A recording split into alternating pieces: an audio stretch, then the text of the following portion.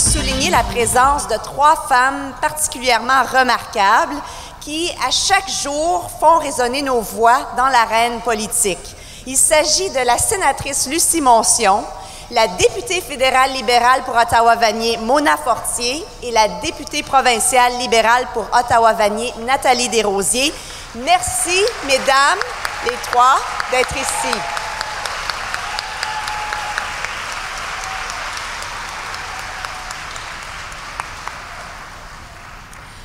Nous souhaitons également souligner tous les efforts du comité organisateur de la soirée Saphir 2017. C'est des femmes qui travaillent très fort depuis plusieurs mois pour que notre soirée soit vraiment un succès. Alors, je vais leur demander de se lever et pour qu'on puisse les applaudir aussi. Suzanne Copping, Martine Dion, Mona Fortier, Sylviane Groux, Stéphanie Siska, José Vaillancourt et Nathalie Lavigne. Merci, mesdames. Merci.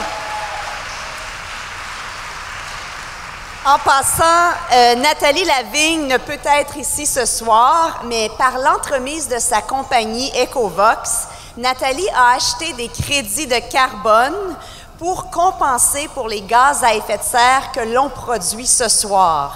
Hein, c'est pas mal génial. Donc, vous savez, notre déplacement jusqu'ici, la salle, le souper, bien, il y a un impact sur l'environnement.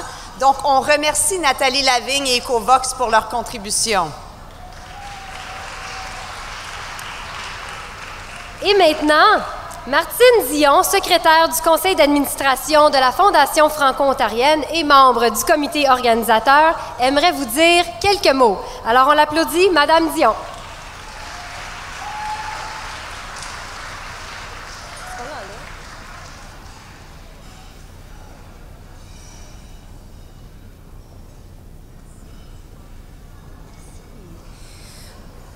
Merci, mesdames. Bonsoir. Alors, bienvenue de ma part, encore une fois, bienvenue à cette 3e édition de la soirée Saphir et surtout, merci d'être parmi nous ce soir.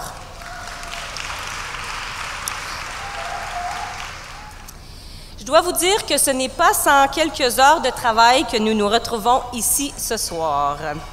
Je vais prendre quelques minutes pour vous partager les extraits des premières minutes. Comment ça se passe quand notre comité organisateur se rencontre? Mon air rit déjà. Alors, on débute souvent avec un excusez-moi, j'arrive dans 10 minutes » ou habituellement, ça c'est moi, je dois le dire. C'est souvent suivi de « Hein, José, t'es là? T'étais pas à Vancouver hier? » Suivez José Vaillancourt sur Facebook, c'est vraiment fascinant. Je peux aussi penser à « Oh my God, je suis contente, il y a de la nourriture, j'ai faim, j'ai pas mangé de la journée. » Puis finalement, il est souvent « Excuse, je dois prendre un appel » ou « Bon, là, moi, j'ai juste 1 heure, il faut que ça grouille. » Alors, je sais que vous vous êtes toutes reconnues ici. Et c'est la particularité de notre soirée Saphir. Des femmes exceptionnelles, dédiées, solides, généreuses, travaillantes. Je m'émerveille à chaque année par tout ce que vous représentez, mesdames. Oui. Alors, on les a présentés, mais à mes collègues du comité organisateur, José, Stéphanie, Mona, Sylviane et Nathalie, qui n'est pas ici avec nous, c'est un honneur de travailler avec vous. Et je vous dis félicitations et un gros merci, les filles.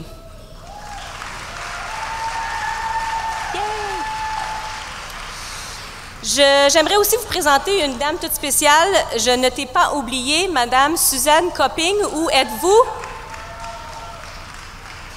Alors, Suzanne est la nouvelle directrice générale de la Fondation franco-ontarienne.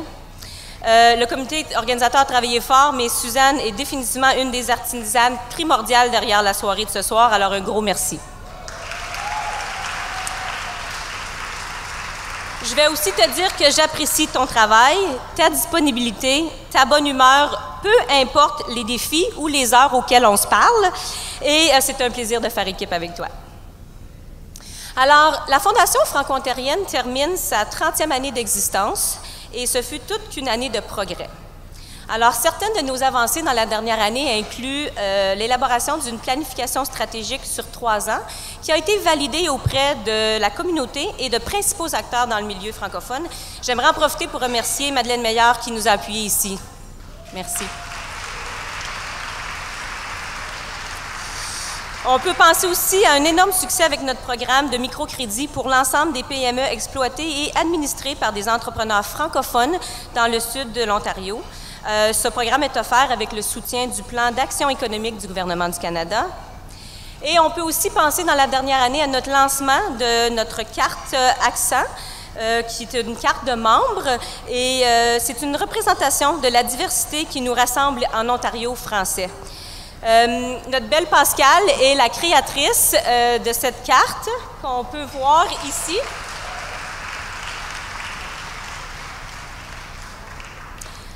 Alors, en image, la Fondation, c'est une grande famille. En supportant la Fondation, vous aidez notre famille franco-ontarienne à grandir. Vous enrichissez nos quotidiens d'expériences culturelles uniques. Vous encouragez les athlètes à foncer. Vous créez de l'emploi. Vous participez au développement de notre communauté. C'est aujourd'hui pour demain, et aujourd'hui, il y a plusieurs façons de contribuer. Alors que ce soit en temps bénévole, en participant à des événements comme ce soir ou évidemment financièrement. Alors, je vous dis un grand merci pour votre support et je suis extrêmement fière de ma famille franco-ontarienne.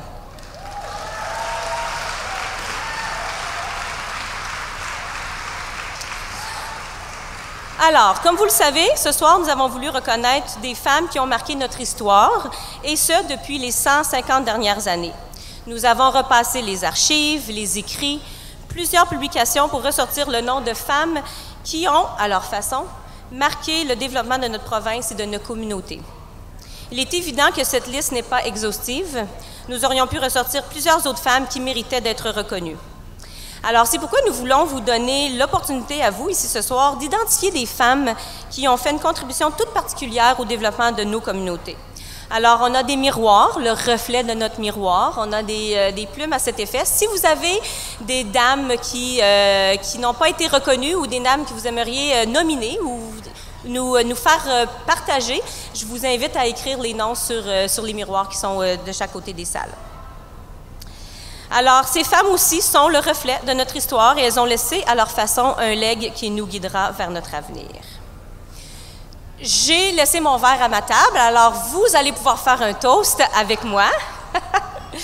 J'aimerais officiellement vous inviter à lever vos verres pour porter le toast à notre soirée et je tiens à féliciter toutes les dames qui sont nominées ici ce soir. Santé! Alors, santé à tous, félicitations!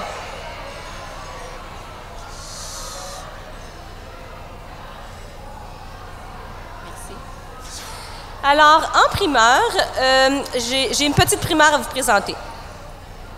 J'ai presque terminé. La Fondation franco-ontarienne est heureuse d'annoncer la création d'un nouveau fonds de dotation.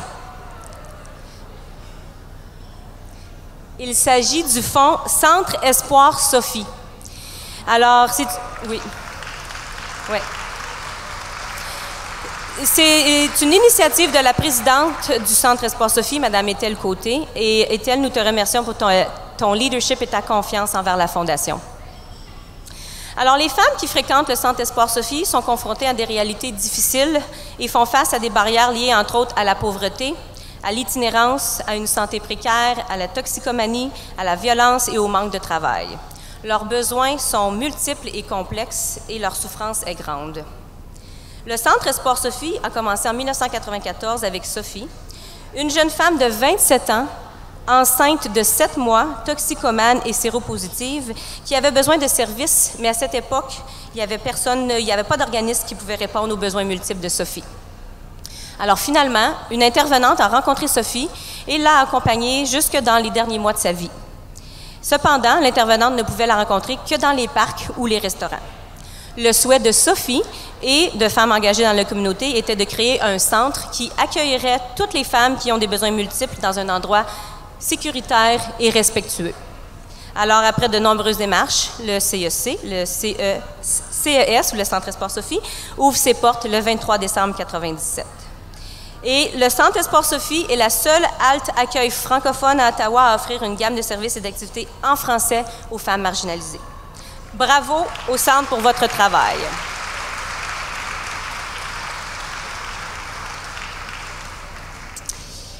Et enfin, mon dernier mot, j'aimerais j'ai une présentation spéciale, si on veut. Je vais vous parler de l'Ordre du Mérite, qui est présenté par la Fédération des Caisses populaires de l'Ontario.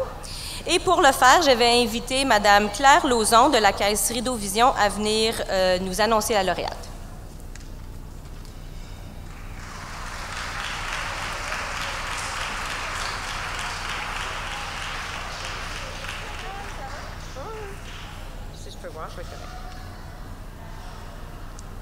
Mesdames, bonsoir. On m'entend bien à l'arrière? Merci. D'abord, merci à toute l'équipe de la Fondation franco-ontarienne de nous accueillir et de nous permettre de célébrer l'accomplissement de grandes dames en cette magnifique soirée Saphir. Pour ma part, j'ai l'honneur de venir vous présenter la récipiendaire de l'Ordre du Mérite coopératif de l'Ontario 2016, présentée par Desjardins. Nous allons faire ce soir notre 5e récipiendaire depuis que le programme a été relancé. Par contre, il s'agit de la première édition où c'est une femme qui remporte ce prix. Oui. Donc, c'est évident que je suis particulièrement heureuse de pouvoir remettre ce prix dans le cadre d'une soirée dédiée aux femmes. Je vous rappelle que l'Ordre du Mérite vise à reconnaître l'apport remarquable de personnes ayant contribué au mouvement coopératif franco-ontarien et j'aimerais donc vous parler un peu de la contribution de notre récipiendaire de l'édition 2016, qui est Mme Ethel Côté.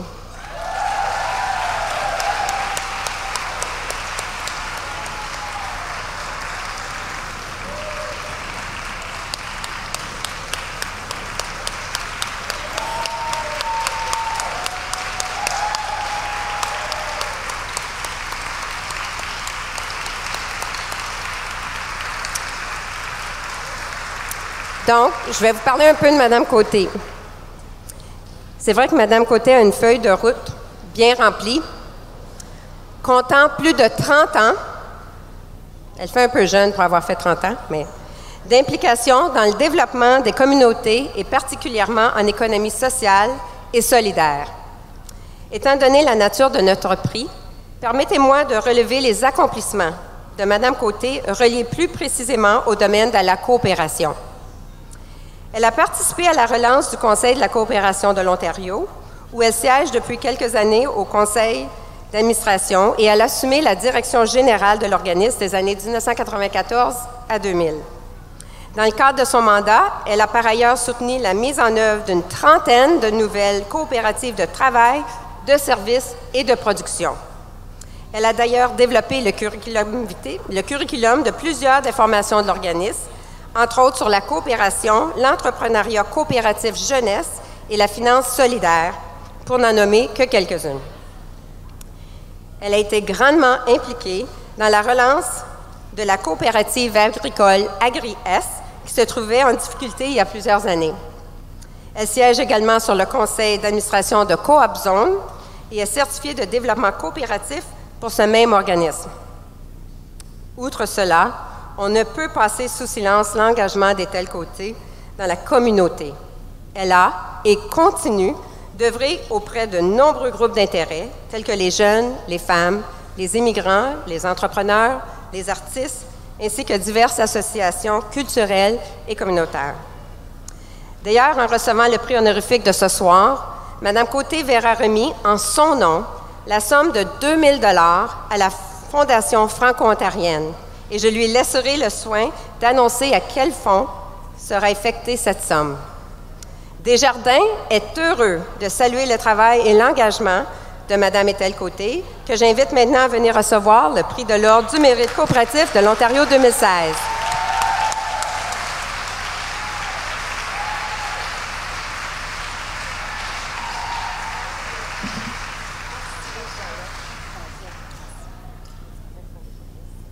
Et mon nom va être à ma caisse. C'est génial.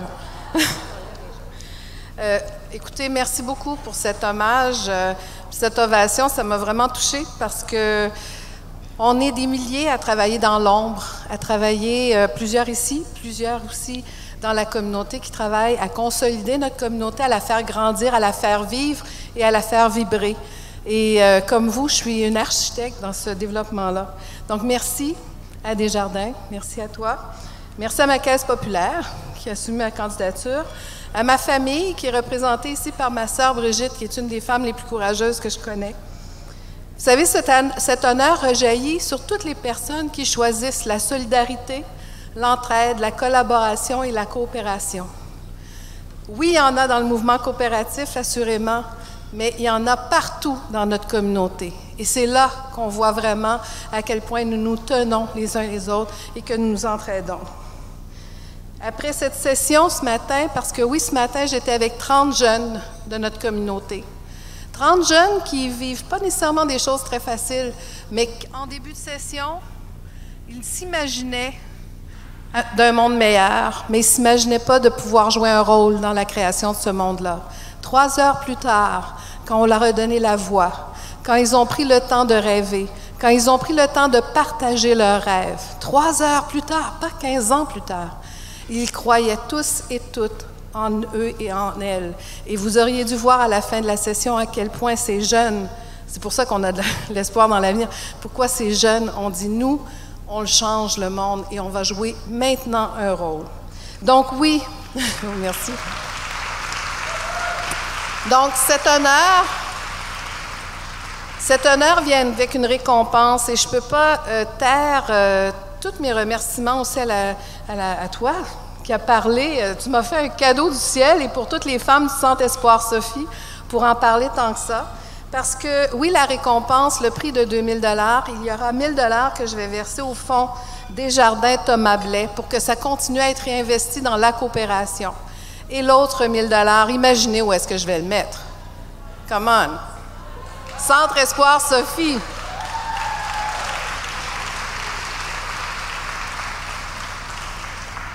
Et je veux juste vous dire qu'à partir, tout dernièrement, 27 femmes d'action stratégique, plusieurs sont dans la salle et vous allez vous reconnaître, sous une marraine extraordinaire qui est Madeleine Meyer. On a décidé de mettre la main à la pâte parce que ce qui est triste, c'est qu'il y a de plus en plus de femmes francophones qui sont marginalisées. Ça, c'est très triste, francophones dans notre région. Et le lieu est rendu trop petit. Donc, on a dit, on va se rallier, on va mobiliser les fonds nécessaires, on acquérera l'espace nécessaire et on pourra offrir une 5e journée de repas et de services pour vraiment aider nos sœurs, parce qu'elles sont nos sœurs, dans cette francophonie. Sur ce, merci vraiment tout le monde, puis au plaisir. Bonne soirée.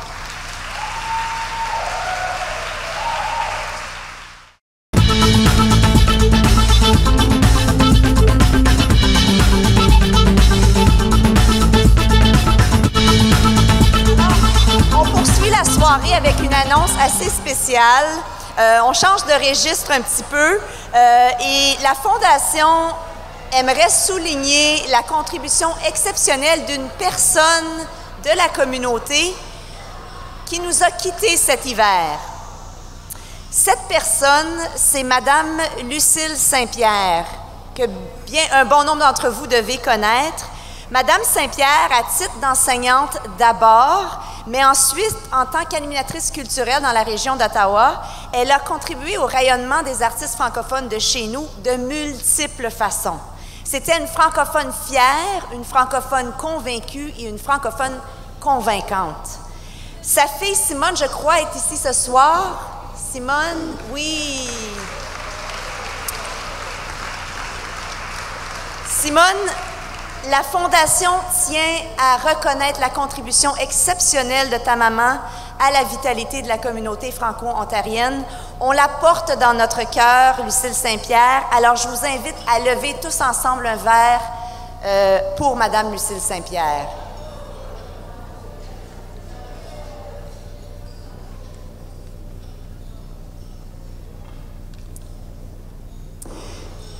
Et voilà donc maintenant le moment tant attendu de la soirée, le dévoilement de nos Saphirs 2017.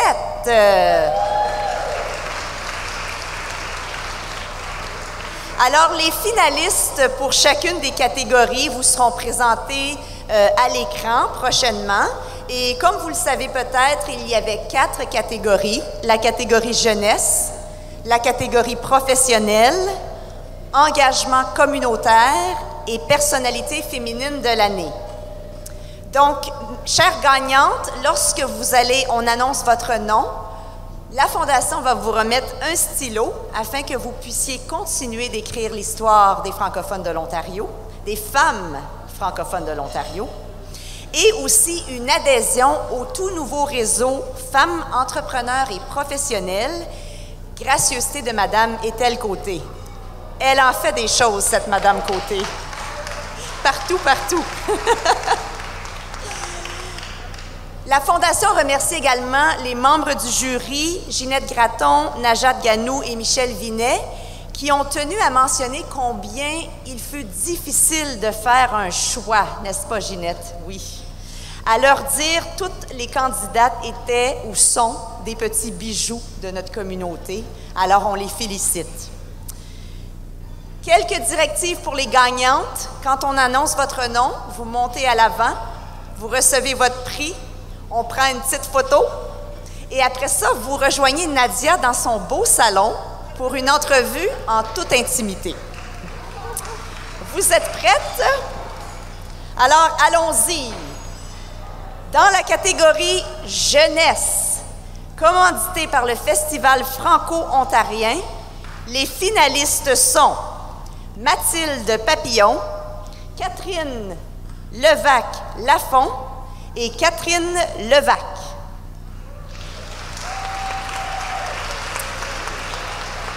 J'invite Josée Vaillancourt, présidente du Festival franco-ontarien, à venir annoncer la gagnante.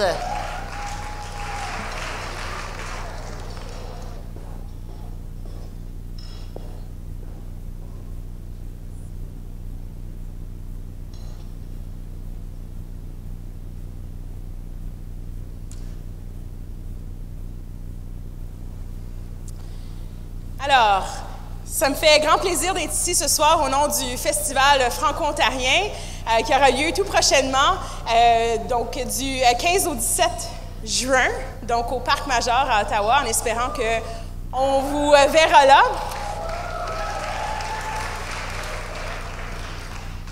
D'ailleurs, notre récipiendaire de ce soir va se mériter des passes, justement, pour le Festival franco-ontarien, mais aussi une rencontre inédite avec un artiste en arrière-scène. Donc, ça va nous faire plaisir de donner cette expérience-là à notre jeune lauréate. Alors, cette jeune femme, pardonnez-moi, motivée, est grandement impliquée auprès des jeunes de sa communauté d'Ottawa, que ce soit dans son institution scolaire secondaire, dans le tutorat sur la santé qu'elle donne à ses pairs ou dans son implication dans la communauté mondiale. Elle est une forte influence positive pour ceux qui la côtoient. Cette jeune leader participe à diverses activités parascolaires. Elle siège sur plusieurs comités. De plus, elle se démarque par son excellence académique. Outre cela, elle est entre autres passionnée par les sciences, l'environnement et les arts. Elle est une voix exceptionnelle pour sa génération. Mesdames, il me fait plaisir de vous annoncer la lauréate du Saphir Jeunesse, Mathilde Papillon.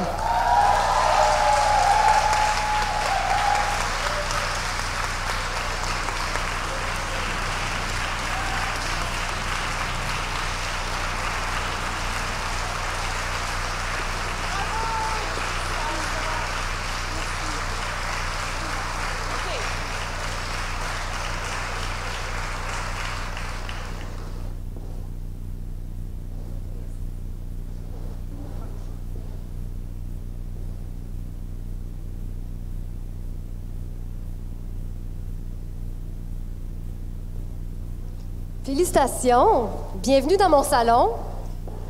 Tu peux déposer ton prix, prendre ton micro. Nous deux dans mon salon, avec 200 spectatrices. Félicitations, Mathilde. Merci beaucoup. Bravo, bien mérité. Ma première question pour toi, c'est par rapport à un peu ce qu'on a vu ce soir, ce que tu nous as présenté. Tu es une passionnée des sciences et une passionnée de la danse. Deux disciplines qui sont quand même assez opposées, mais tu réussis à les marier ensemble. Oui. La danse qu'on a vue ce soir, c'est Algorithme. Oui. Une danse aussi qu'elle a créée, que tu as créée, c'est la danse des molécules, où tu expliques en mouvement la théorie de la relativité d'Einstein. Faut le faire, en mouvement. C'est quelque chose. Comment est-ce que tu réussis à marier ces deux disciplines? Bon, alors en fait, le solo que j'ai présenté ce soir n'est pas à propos de la relativité, ça c'est une autre chorégraphie. Le solo que j'ai présenté ce soir est inspiré de 5 équations mathématiques développées par un professeur à l'Université de Waterloo. Puis, bon, ces équations-là décrivent 5 éléments du langage de la danse, fluidité, espace, mouvement et 2 autres termes semblables. Qu'on peut regarder sur Google pour savoir si... Oui, c'est ça. Puis, bon, alors, cette chorégraphie-là a pour but d'explorer la définition mathématique de la danse. Puis, je dirais que, bon, c'est assez nouveau, cette idée-là de marier danse et science, mais c'est vraiment pas si... Je sais que ça sonne super impressionnant, puis wow, mais ils ont tellement de choses en commun, ces deux disciplines-là. Je m'assois dans la classe de sciences, puis on parle en physique, on parle de gravité, on parle de corps en mouvement, on parle d'espace. En danse, on parle des mêmes choses. C'est les mêmes principes qui font juste se répéter de 2 manières différentes. Alors, les marier ensemble, c'est naturel. Et voilà. Elle va prendre ta job! Mathilde, tu es en 12e année, c'est ça? Tu as tes études, tu as ta danse, tu as tes activités parascolaires, ta préparation postsecondaire, ta vie sociale. Il reste pas beaucoup de temps, mais tu choisis de t'engager, de donner. Pourquoi c'est important pour toi de participer à tous les différents groupes et de donner ton temps, particulièrement en environnement?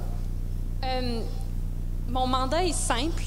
Si je vois un problème, si je vis quelque chose que je trouve est pas bien ou je vois quelque chose avec lequel je suis pas d'accord, je m'engage, je prends action. Puis c'est surtout, je dirais que c'est surtout ça ma motivation pour l'environnement parce qu'on a tellement de chemin à faire, il y a tellement de problèmes à résoudre, puis des fois j'ai l'impression qu'on n'en fait pas assez. Même chose pour, on l'a mentionné tantôt dans ma petite biographie, même chose pour la santé mentale, même chose pour le don de sang, un club que je dirige à l'école, plein de choses comme ça. Alors, je dirais pas que c'est...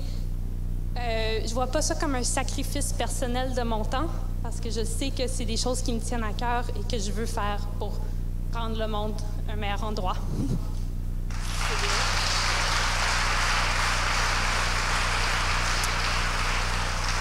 Et est-ce que c'est ta première soirée Saphir, Mathilde? Oui. Première soirée Saphir. Alors, comme tu sais, c'est un party, on célèbre, mais c'est aussi du réseautage. Alors, je voudrais te donner un coup de pouce. Est-ce qu'il y a quelqu'un dans la salle que tu aimerais rencontrer, à qui tu n'as pas eu la chance de parler ce soir? Oh mon Dieu, il y a tellement de femmes extraordinaires ici ce soir. Politicienne, future politicienne. Ah oui. Non, mais vraiment, vraiment, je suis tellement honorée d'être ici. Je ne veux pas donner un nom, là. Vous êtes tous extraordinaires. Parfait. Donc, mesdames, je vous présente Mathilde Papillon. Mathilde Bonjour. Papillon, je vous présente les dames de la communauté franco-ontarienne. Prenez le temps de venir dire bonjour. C'est une jeune femme exceptionnelle. Félicitations, encore une fois, pour ton prix. Merci.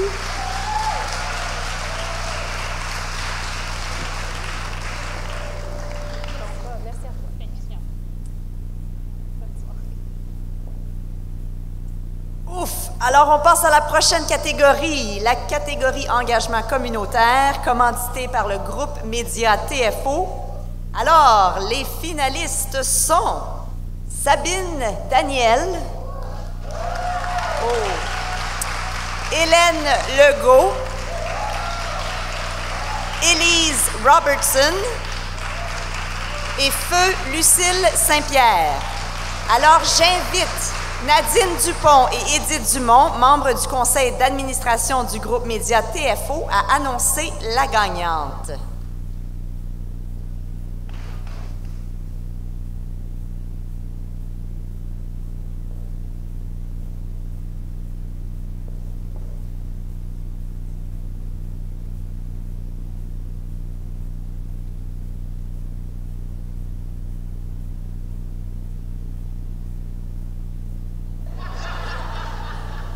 Alors, je suis honorée de présenter le prix dédié par TFO. TFO, j'aimerais vous rappeler que c'est quand même notre télévision franco-ontarienne qui non seulement se démarque partout en province, mais n'oubliez pas que le Canada et le monde entier ont les yeux rivés sur TFO. Alors, j'aimerais vraiment féliciter TFO d'être ici ce soir pour présenter un prix. Merci, Edith. Je vais vous présenter la biographie de notre nominée, de notre gagnante. Jeune femme d'origine haïtienne, née à Montréal et vivant dans la région d'Ottawa depuis plus d'une vingtaine d'années, ancienne reporter, chroniqueuse et recherchiste bénévole, cette animatrice primée de la télévision et de la radio est décrite par ses pairs comme étant une femme d'influence forte et exceptionnelle. Elle amène son apport actif exceptionnel et continue dans divers organismes de la région d'Ottawa, Regroupement Affaires Femmes à Ottawa, Femmes entrepreneurs et professionnelles d'Ottawa, Centre Espoir Sophie et l'hôpital Montfort. Elle a reçu le prix Héritage Nelson Mandela en 2016. De plus, elle retrouve également dans son placard le prix Femme chef de file en développement communautaire de l'Ontario en 2017. Elle met une touche de diversité dans les médias francophones de l'Ontario. Vous avez deviné? Mesdames lauréates Saphir Engagement communautaire, Sabine Daniel.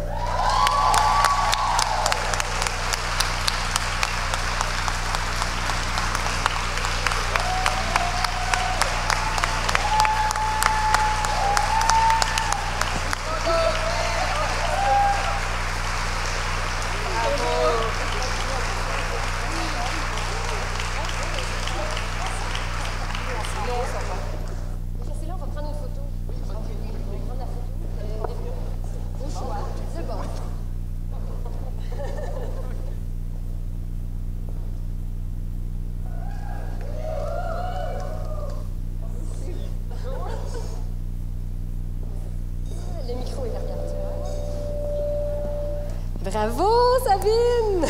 Merci. Est-ce que tu trembles pour vrai? Pour de vrai. Pour de vrai. Pour de vrai. D'habitude, je suis à ta place. Oui, je sais. C'est plus facile. Je te passe en entrevue, là. T'es nerveuse? Un petit peu. Bon, mais j'ai préparé des questions. J'ai fait ma recherche. Excellent. Sabine, le prix s'appelle Engagement communautaire. Mais en lisant ta biographie, en faisant mes recherches, j'ai réalisé que tu vas vraiment au-delà de tout simplement t'engager dans des groupes qui existent. Quand tu vois une lacune, un besoin, tu crées un comité, tu crées un regroupement, tu crées un produit culturel, un magazine, une web-série, une émission de télévision, une émission de radio. Tu vas vraiment au-delà. Tu combles les vides. Pourquoi est-ce que c'est important pour toi de faire ça? Sincèrement, entre nous deux, là, entre nous deux. Oui, entre vous deux. Entre tout le monde. J'ai une grand-mère qui a 95 ans, qui a élevé 8 enfants seule. Et son seul rêve, c'est de pouvoir donner l'éducation à ses enfants. Ma mère est en avant. Et je partage ça avec les Franco-Ontariens parce que c'est une histoire que je n'ai jamais partagée. Quand on a déménagé de Montréal, moi je suis née à Montréal, j'étais la fille qui pleurait dans l'auto. On quitte Montréal! Et je dois dire que l'Ontario m'a accueillie avec les bras ouverts. J'étais à Samuel Genet et depuis toute petite, je rêvais d'être à la télévision parce qu'il y avait un manque de représentation. Je rêvais d'être Doualé, qui était une marionnette, mais... Est-ce que tu vas chanter une chanson tout à l'heure? Non. Okay. Mais c'est drôle à dire, mais c'était la seule représentation que j'avais à l'époque. Et quand j'étais à Samuel Genet, il y avait TFO. C'est drôle, c'est TFO qui me donne le prix, mais TFO est venu faire une audition à Samuel Genet et il cherchait des jeunes pour représenter à la télévision. Et puis, souvent, les gens à Montréal me disaient « Arrête de rêver d'être à la télévision. » Alors, c'était une opportunité, je l'ai prise. Et je dois dire que la communauté franco-ontarienne est extrêmement accueillante. Je n'ai jamais... On dit que le racisme existe, c'est vrai, mais si on prend sa place, ça disparaît. Les gens ont besoin de se faire confiance. Et je trouve que la communauté franco-ontarienne est non seulement accueillante, mais elle te donne une chance. Elle a donné une chance à mes parents de se développer en tant que professionnel et m'a donné la chance de pouvoir vivre mon rêve, qui est un peu plus difficile dans d'autres provinces. Je ne la nommerai pas, mais... j'ai oublié la question, là. La réponse était bonne. Je pense que c'est quand même la richesse de la communauté franco-ontarienne de t'avoir, toi, Sabine. Alors, merci à toi pour tout ce que tu nous donnes aussi en retour. C'est une partie très intégrale. Tu t'impliques vraiment avec beaucoup de groupes. Les jeunes, les femmes d'affaires, les femmes marginalisées, la communauté haïtienne, la communauté médicale. Est-ce qu'il y a un groupe que tu n'as pas encore touché auprès duquel tu aimerais t'impliquer quand tu vas avoir plus de temps, là, parce que tu es occupé? J'aime beaucoup les groupes qui sont sous-représentés. Alors, les minorités, je suis une triple minorité, une femme noire, une femme francophone. Alors, tout ça mis ensemble, ça fait que je comprends être minorité dans une salle. Alors, je pense que le groupe que je n'ai pas encore touché, c'est, mon Dieu, les gays, lesbiennes. Je trouve que c'est des gens qui méritent encore plus de plateformes. On a besoin de les comprendre, on a besoin de mettre leurs histoires à l'avant-plan, on a besoin de les féliciter quand ils ont du courage. Alors, c'est quelque chose... Moi, j'aime beaucoup la jeunesse. Ils me gardent jeune et j'aime ça avoir des Parce que t'es tellement vieille. Je le suis un petit peu. Ça paraît pas, mais en tout cas... Moi aussi, je te comprends. C'est le groupe que je pense que j'aimerais vraiment apprivoiser, apprendre à connaître, puis c'est ça. Oui. Mais merci encore une fois pour tous tes coups de pouce et pour ceux que tu as déjà aidés et que tu vas aider à l'avenir. Merci. Sabine Daniel.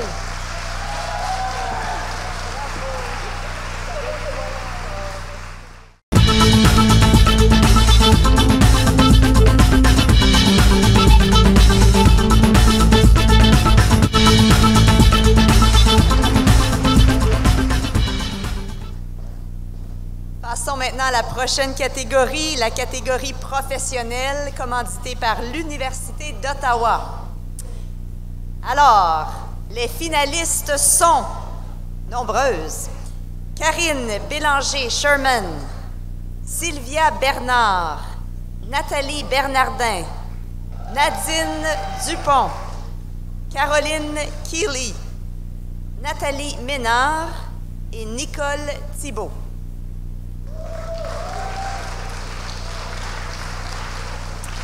J'invite Julie Beauchamp, vice-doyenne de l'École de gestion Telford de l'Université d'Ottawa, à venir annoncer la gagnante.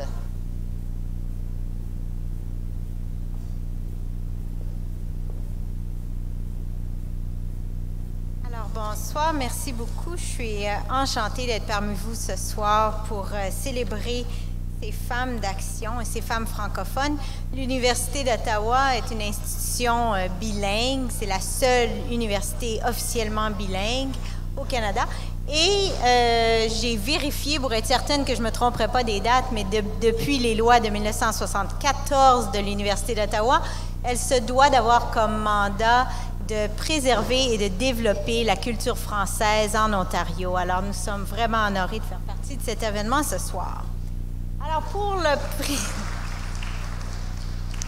prix professionnel, la gagnante de ce soir, directrice générale de l'Association des professionnels de la chanson et de la musique APCM. Elle dévoue également de son temps en siégeant et en étant membre des diverses organisations telles que présidente de l'Association nationale de l'industrie musicale, membre du CA Musique Action, membre du CA Réseau national des galas de la chanson.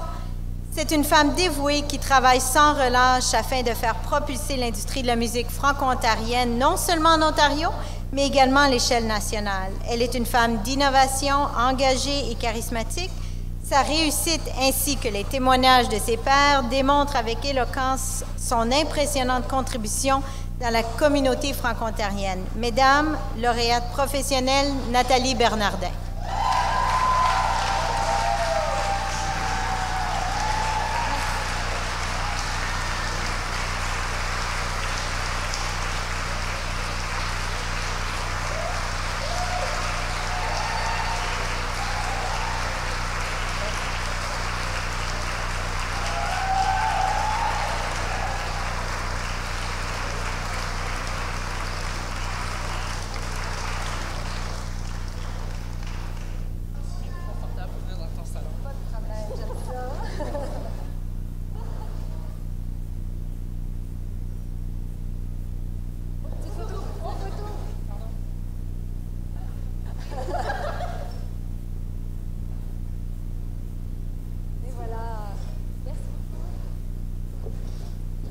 Félicitations! Merci beaucoup. Tu faisais non de la tête, là. Tu voulais pas venir parler dans mon micro, dans mon salon? J'aime pas ça, ces genres d'affaires-là. J'aime pas... C'est entre nous deux, Ouais. Hein? Puis, comme Nathalie a mentionné, elle s'est mise confortable pour être dans le salon. Elle a enlevé ses talons, nu-pieds, chez nous, tout va. Après le gala des prix Tréhard du week-end dernier, c'est ton tour de recevoir les honneurs, Nathalie. Bravo. Merci. Merci beaucoup. Comme directrice générale de la PCM, tu travailles très, très fort, point. Mais dans les dernières années, tu as travaillé particulièrement fort pour repousser les obstacles qui limitent nos artistes à l'Ontario. Tu veux vraiment qu'il y ait un rayonnement au Canada et à l'international. Pourquoi est-ce que c'est important pour nos artistes de voyager comme ça pour toi? Bien, moi, je suis originaire du Manitoba. Ça fait 7 ans que je suis en Ontario, puis je rejoins un peu ce que Sabine disait. Ça a été une communauté d'accueil exceptionnelle. Je vous en remercie d'ailleurs. Grandissant dans une communauté en situation minoritaire, pour moi, j'ai eu des amis artistes quand j'étais au secondaire. Et on voyait beaucoup l'exode. Tout le monde va vers Montréal pour aller vivre leur vie comme artiste. Puis j'avais tellement envie de voir mes amis pouvoir rester dans notre communauté, vivre leur vie famille, se marier, avoir des enfants, mais vivre aussi comme artiste chez nous. Et ça, c'était comme pas possible il y a 20 ans. Aujourd'hui, je suis contente de pouvoir contribuer au fait que ça devient de plus en plus possible. Puis je pense que c'est ça qui me drive vraiment, c'est vraiment de pouvoir créer cette ambiance-là, cette industrie-là. On est une table de femmes de l'industrie musicale ce soir. Pour moi, c'est important que cette industrie-là prenne sa place hors Québec. Puis oui, effectivement, la semaine passée, on a fait beaucoup de bruit. D'un bout à l'autre du pays, je pense que les gens commencent à comprendre qu'il y a du talent dans nos communautés et puis que ce talent-là mérite d'être entendu. Ouais. Notre thème ce soir, c'est le reflet de 150 ans au féminin. Donc, on réfléchit à notre passé, à notre vécu. Comment est-ce que tu trouves que la musique, c'est une des meilleures façons de retracer notre histoire et de vivre notre histoire et de vivre notre présent? Bien, je pense que souvent, les artistes sont de facto un peu les ambassadeurs. Quand on pense à l'Acadie, on pense à Lisa Leblanc, on pense à Daniel Lavoie au Manitoba, on pense à Véronique Dicker en Ontario. Donc, je pense que souvent, les artistes, ils ont le crachoir, ils ont la plateforme pour parler et puis faire comprendre un peu la réalité de leur coin de pays. Donc, je pense qu'on est choyé d'avoir des artistes qui sont capables de le faire. Et il faut leur donner ces plateformes-là pour faire entendre notre passé, puis aussi écrire le futur, parler du présent. Nathalie, tu es une passionnée de musique, mais est-ce que tu joues un instrument, toi? Non. Non? Non. Oui, José a raison. Dans la voiture, quand on va en road trip, je joue le shaker. OK. Le leuf, là, le petit touch. Ouais. Est-ce que tu chantes? Dans la douche. Mais ça se limite à ça. Mon père est musicien, mon père biologique est musicien. Moi, je pense que j'ai joué l'accordéon quand j'avais 2 ans, pour ceux qui ne savent pas. Mais vraiment, depuis ce temps-là, Ça finit là. Non, ça finit là. Mais il y a des gens qui sont faits pour être sur la scène, puis d'autres qui sont faits derrière la scène. Ouais. Moi, j'ai toujours dit que mon talent musical, c'est acheter de la musique. Voilà, moi aussi. Parfait. Ça prend des consommateurs si on veut avoir des artistes. Tout à fait. Donc voilà. Nathalie, félicitations. Merci beaucoup et bonne soirée. Merci beaucoup.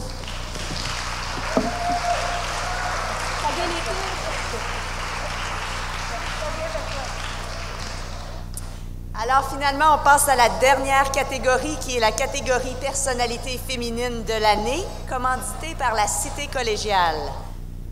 Les finalistes sont Ethel Côté, Marie-Claude Doucet, Anne Gutknecht et Catherine Levac.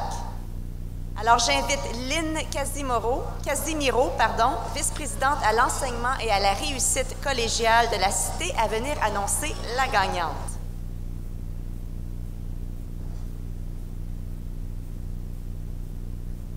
Alors, bonsoir. Comme vous savez, la Cité soutient l'excellence et la croissance personnelle de tous ses étudiants. Et franchement, on se trouve que c'est tout à fait à propos qu'on puisse remettre le prix à une personnalité féminine qui fait preuve d'autant d'altruisme. On va voir si vous pouvez deviner. Elle est fondatrice de l'entreprise Mécénès. Cette femme est membre de diverses organisations Donc, présidente du Centre Espoir Sophie, de l'Alliance économique francophone, de la compagnie Vox Théâtre et du réseau des femmes entrepreneurs et professionnelles. Elle est une femme qui tient à son actif plus de 30 ans d'expérience en économie sociale et solidaire. Elle sait rallier les idées des gens en une vision. En ce jour, 396 organismes, institutions, entreprises et municipalités ont fait appel à ses services. Plus de 30 000 personnes ont suivi des formations. Elle a mobilisé près de 17,5 millions de dollars pour des projets collectifs et 125 000 personnes la suivent sur les médias sociaux. Sa réputation est de bon augure et perpétuée par tous ceux qui rentrent en contact avec cette femme. Mesdames, lauréate du Saphir, personnalité féminine de l'année, Madame Ethel Côté.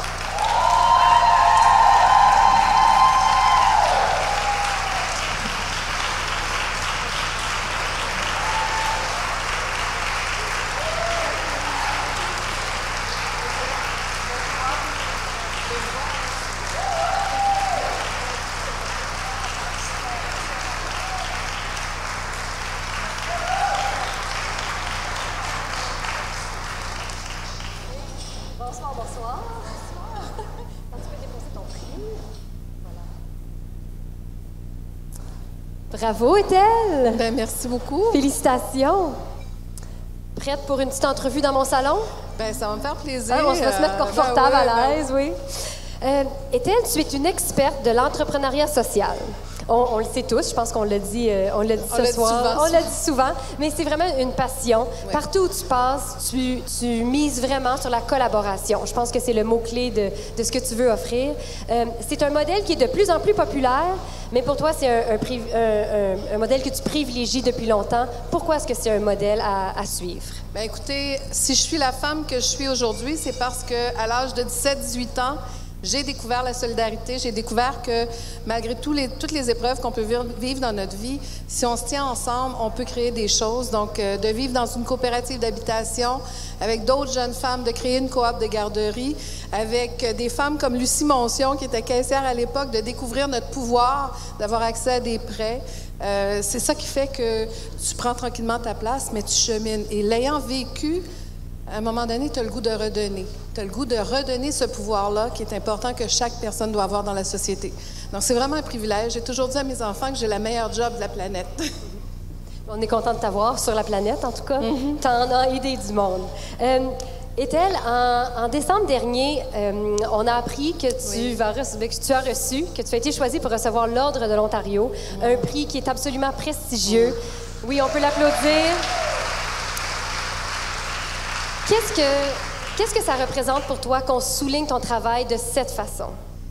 C'est fascinant, de un. C'est touchant, mais c'est plus que ça. À quelque part, c'est comme le Centre Espoir Sophie, quand le Centre a reçu le prix de l'ACFO et que tout d'un coup, le Centre a été mis en lumière. Donc oui, je reçois l'ordre. En passant, on l'a annoncé en décembre, mais je le reçois en juin. En juin, c'est ça. Donc je ne l'ai pas vu encore. Ça va faire partie des célébrations. Mais ce qui est intéressant, c'est qu'on est plein de gens en Ontario, francophones et anglophones, qui a convaincu le gouvernement qu'entreprendre autrement, que les entreprises sociales qui créent de la richesse dans nos communautés sont importantes. Et finalement, le gouvernement veut en faire une championne de l'économie sociale et de l'entrepreneuriat social. Donc, l'Ordre de l'Ontario, pour moi, c'est oui, je l'accueille, mais ça va mettre en lumière, je crois, toute cette économie, parce que je veux vraiment que ça sert à ça, que ça nous amène à aller encore plus loin, parce qu'il y a encore, comme Sabine disait, trop de laissés pour compte dans la communauté, puis il y a une belle richesse à bâtir et à créer qui pourrait profiter à tout le monde. Donc, il faut garder toutes nos formes d'entreprise, privées, sociales et publiques, mais il faut la diversifier, cette économie-là, si on veut vraiment que nos communautés s'enrichissent et non pas s'appauvrissent. J'ai lu dans mes recherches qu'à l'été 2017, tu vas lancer un livre en collaboration avec des femmes de partout sur la planète. Alors, je ne me trompe pas, il y a un livre qui s'en vient. Est-ce que tu peux nous parler de ce projet-là? Écoutez, ça aussi, c'est une belle histoire de collaboration et de solidarité. Depuis 5 ans, j'ai été invitée à être référente en économie sociale au sein du Réseau international de femmes du monde. Ce sont des entrepreneurs solidaires d'une dizaine de pays. À chaque année, on se rencontre et on co-construit des outils de développement économique. Vraiment, là, toutes les étapes pour créer une entreprise, mais on le fait en intégrant la perspective genre. Parce que créer une entreprise et être femme, qu'on soit au Canada ou dans les pays du Sud, Il y a des défis, l'accès au financement, la formation qui n'est pas adaptée, le genre d'entreprise que l'on crée. Donc, la perspective genre est importante. Et à chaque année, on a 2 ou 3 nouveaux outils, mais maintenant, on a des outils pour toutes les étapes de développement de ces entreprises-là. Et c'est pour ça qu'on va célébrer à Paris en dévoilant tout ça. Et j'espère aussi qu'on pourra faire un dévoilement ici par la suite. Et le plus beau cadeau ce soir, c'est à notre table. De voir une jeune femme de 25 ans qui siège à un conseil d'administration. Ce sont des luttes que les femmes prennent leur place dans ce mouvement économique sous toutes ses formes. Et ça a été vraiment un cadeau de te rencontrer, Véronique, ce soir. C'est un modèle, c'est fun, ça bouge de partout. Oui, je pense que la diversité dans notre salle ce soir prouve la vitalité de notre communauté. Exactement. Alors, bravo à toutes. Oui, et bravo Ethel. Merci beaucoup.